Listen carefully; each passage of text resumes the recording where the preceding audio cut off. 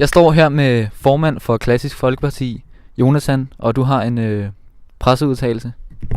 Yes, goddag. Jeg er Jonathan. Oprindeligt så skulle Sian have stået her i min plads og fortalt om sin sag i mandags, angående papirerne og hans spindoktor osv., som I nok har hørt om.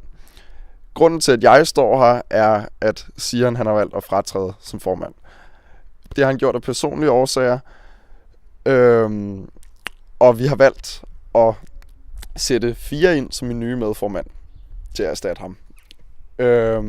Angående Sian, så vil jeg bede jer alle sammen personligt hver en om at se på ham som jeres ven Sian, og ikke tidligere medformand for Klassisk Folkeparti, og lad være med at grave dybt i det, fordi jeg ved, at Sian han har brug for, at han ligesom kan få noget pusterum, og det vil ramme ham rigtig hårdt, hvis man stikker ned i det.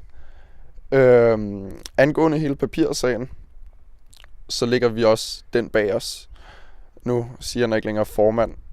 Det er derfor ret irrelevant. Den har ikke noget at gøre med hans fratrædelse.